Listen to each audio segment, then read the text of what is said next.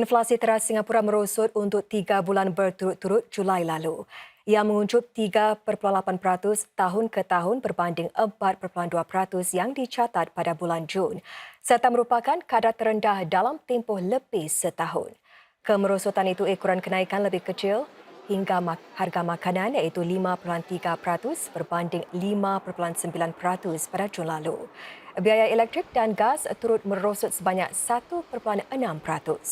Pemerintah jangkakan inflasi teras akan kekal sederhana dalam bulan-bulan akan datang. Ekoran harga import yang rendah serta pasaran buruh tempatan yang semakin reda. Kadar inflasi bagi pengangkutan privat dan penginapan dijangka turut terkawal selepas kuota COE ditambah serta peningkatan pada jumlah unit-unit untuk disewa. Menteri Tenaga Manusia Dr. Tan Kin Lian mengatakan Pakej Majulah bernilai $7 bilion dijangka memanfaatkan lebih 80% rakyat Singapura yang lebih berumur. Tambah beliau, ia dilaksanakan sedang rakyat Singapura hidup lebih lama serta kekal produktif untuk tempoh lebih panjang. Pakej Majulah adalah sebahagian daripada rancangan pemerintah untuk membantu warga emas menua dengan lebih baik. There's one so-called bullet payment, right, which is your retirement savings bonus, and then the other one is the MediSave bonus.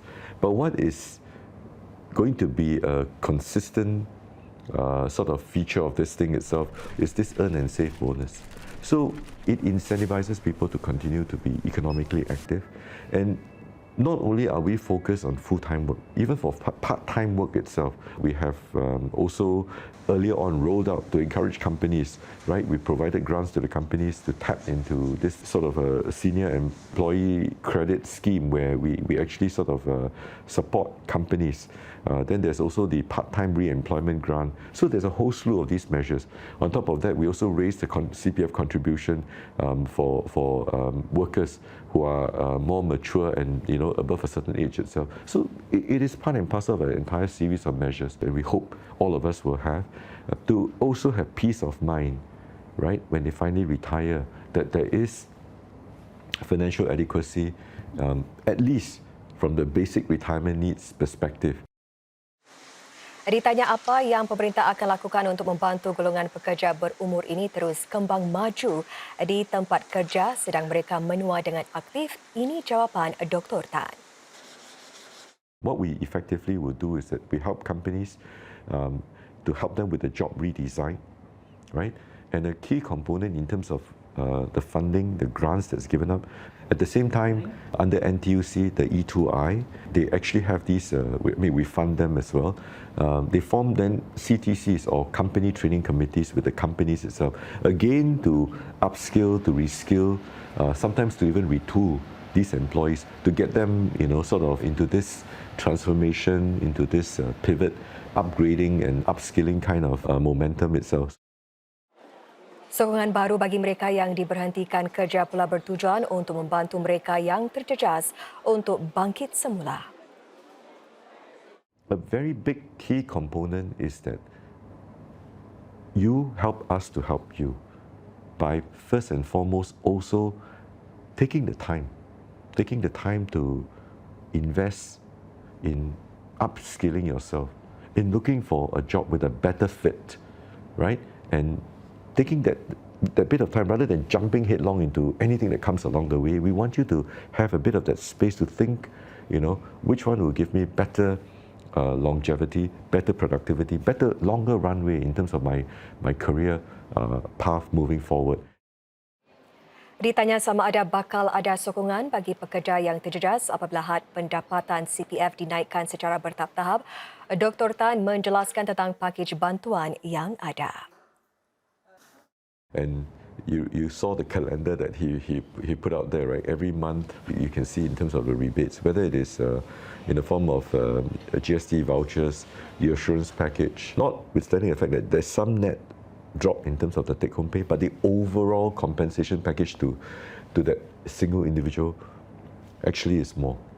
So for that drop in terms of the take-home package, we do hope that all these measures that we're putting up in terms of the support package and so on will help to defray some of the costs. I understand and I do empathize in terms of the fact that how pervasive, how it can percolate down to every single level. I think that is something that we will continue to monitor.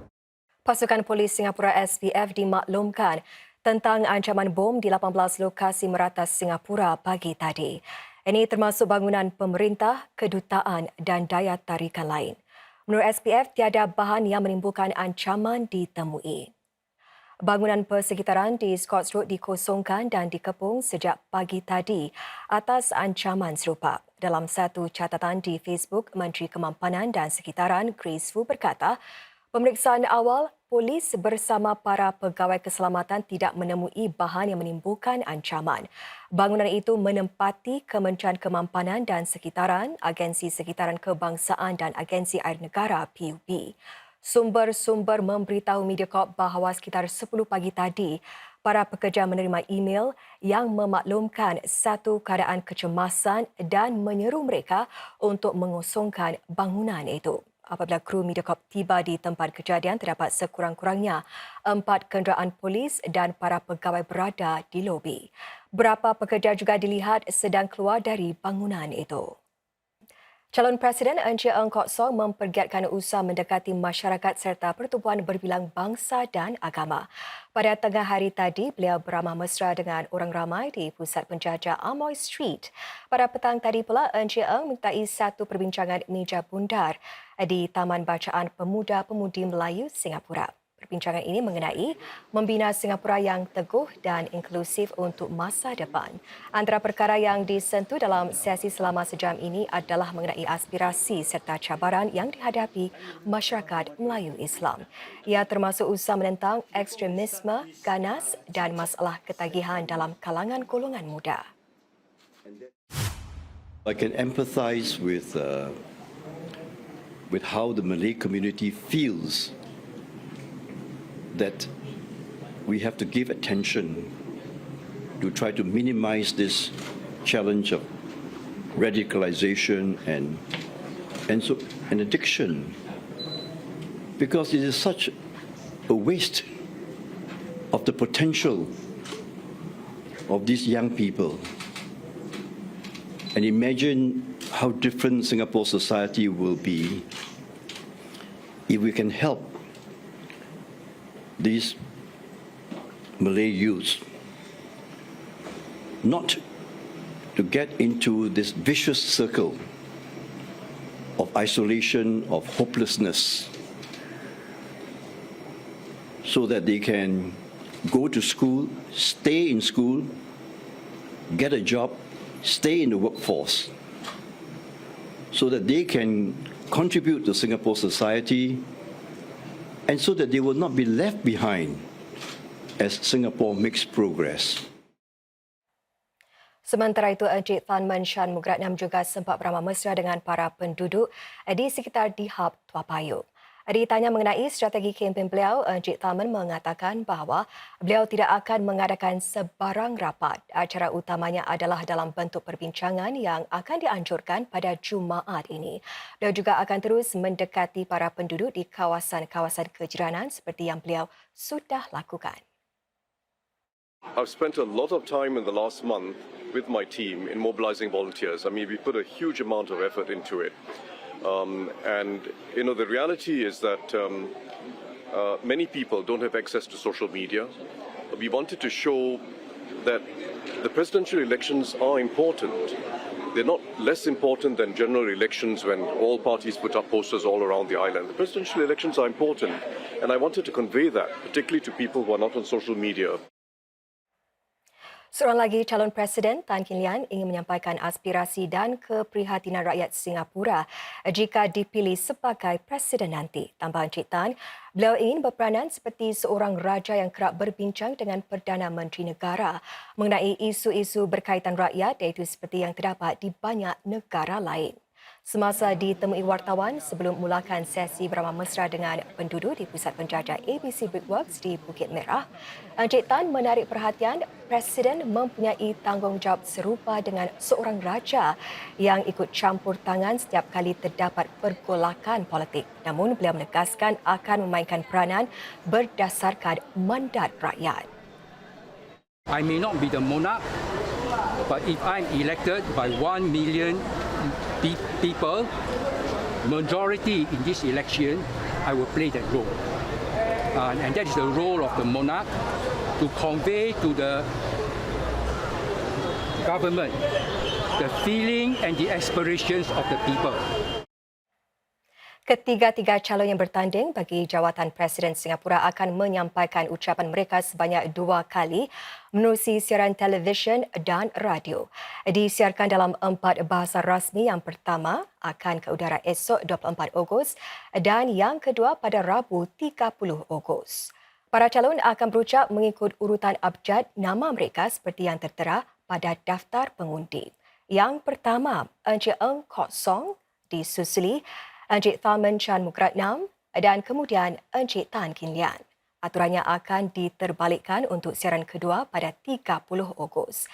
Kedua-dua siaran bahasa Melayu akan ke udara pada 9.30 malam di Suria dan Warna. Dalam pada itu, saudara, sekitar 3,400 warga Singapura yang menetap di luar negara mendaftarkan diri untuk undian melalui pos dalam pilihan raya Presiden pada Jumaat depan 1 September. Ini merupakan kali pertama pengundian melalui pos dilaksanakan bagi para pengundi di luar Singapura. Menurut Jabatan Pilihan Raya ELD, para pengundi sudah pun dimaklumkan untuk memuat turun kertas undi dan sampul surat. ELD menggesa para pengundi supaya mengirim kembali kertas undi mereka seawal mungkin. Sampul surat mengandungi kertas undi yang sudah dipangkah harus tertera tanda pos sebelum tarikh 1 September iaitu hari mengundi. Dan sampul surat itu harus diterima pegawai pilihan raya selewat-lewatnya pada 11 September agar diterima untuk kiraan undi. Sementara itu lagi sekitar 3,200 warga Singapura mendaftarkan diri untuk mengundi secara fizikal di 10 pusat mengundi di luar negara. ELD menyatakan para pengundi itu boleh turut mengundi di pusat yang ditetapkan untuk mereka di Singapura jika mereka berada di tanah air pada hari mengundi. Presiden Halimah Yacob meraihkan ulang tahun beliau yang ke-69 hari ini. Dalam satu catatan di Facebook, beliau menyatakan suaminya juga baru saja meniti usia yang sama pada 9 Ogos lalu bersamaan Hari Kebangsaan Singapura. Sempena ulang tahunnya hari ini, Puan Halimah Yacob melahirkan rasa syukur kerana bertambah usia dan diberi peluang untuk berkhidmat kepada rakyat sebagai Presiden. Puan Halimah turut mengucapkan terima kasih atas sokongan rakyat sepanjang beliau menggalas tanggungjawab tertinggi negara. Jalan-jalan raya di 5 kawasan kejiranan di merata Singapura akan dijadikan lebih inklusif menjelang tahun 2025. Projek rintis bagi inisiatif laluan mesra akan meliputi beberapa bahagian iaitu di Ang Mo Kio, Bukit Batok, Tampines, Tua Payoh dan West Coast. Kawasan-kawasan ini dipilih kerana trafik berjalan kaki dan penunggang basikal yang tinggi serta lokasinya yang berdekatan dengan kemudahan-kemudahan seperti pasar, sekolah dan stesen MRT. Ubah suai yang akan dibuat termasuk lintasan pejalan kaki yang ditingkatkan untuk mengawal kelajuan kenderaan yang menghampirinya. Selain itu, lampu hijau di lintasan juga akan diubah agar boleh diaktifkan dengan lebih cepat bagi memberi pejalan kaki lebih masa untuk menyeberang.